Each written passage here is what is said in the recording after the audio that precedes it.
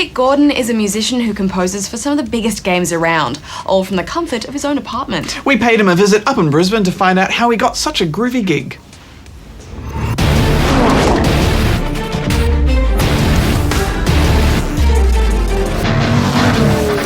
My name's Mick Gordon. I make music and sound effects for video games.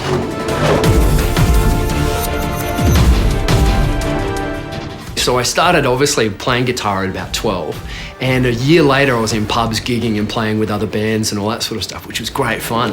And then from there I started looking at other ways to make money out of music.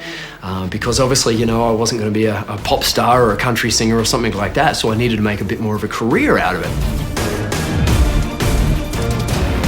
I started looking at making music for film, but it just was very, very difficult to get into.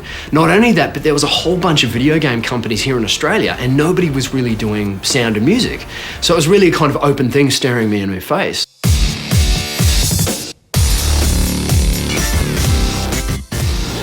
I started working at Pandemic Studios in Brisbane, and back when we were doing Destroy Humans 2. So we'd have other sound designers and musicians who'd make music and sound effects and stuff, and it was my job to put those sounds into the game. And after a while I started, you know, thinking, oh, I could really turn this into something. So I left Pandemic and had a whole bunch of sounds and music that I'd made outside of work. But after a while, I started putting this stuff out there. So I'd start sending it to friends and they were saying, hey, this is pretty cool.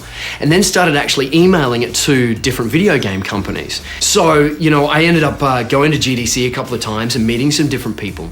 And it just happened to be that one of the head audio guys from EA was in the audience. And he sent me an email and asked me if I wanted to start writing some music for the Need for Speed games, which is what I've been doing for about 2 years now.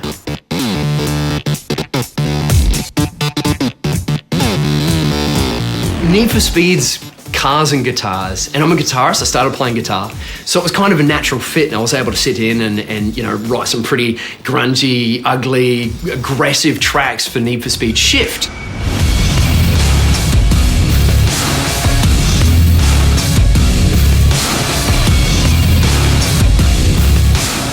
So originally we just started with drums, and drums are always a good bass because we get to kind of drive the track along.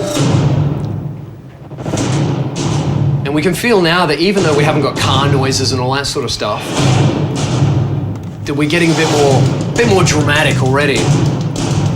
So we started grabbing a whole bunch of kind of different stringed instruments. So we had cellos and other sort of stuff that we got in here, different violins, to play very quickly. So there all of a sudden became our drama. And all we've got to do after that is put the two together. And then we get something like, hopefully, kind of like this.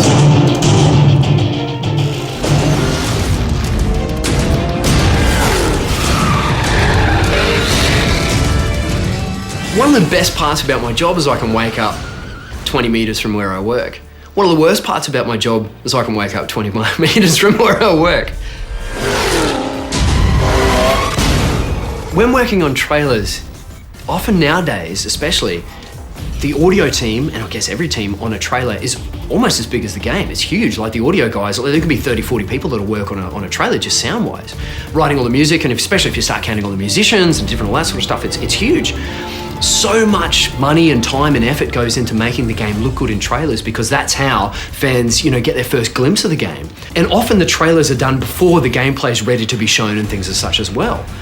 But in terms of, you know, creating sounds and things for it, it's complete creative control to say how whatever you want often a lot of the time. If you look at the recent Battlefield 3 trailers, I mean, they're incredibly creative. They sound great.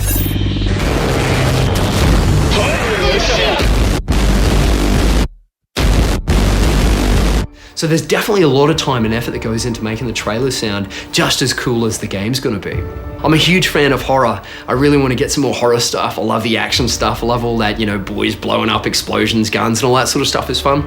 But I'd love to do something more emotionally in depth too. Something like Heavy Rain is absolutely stunning. To be able to tell a story like that is extraordinary, and to be on that from a sound perspective would be absolutely amazing.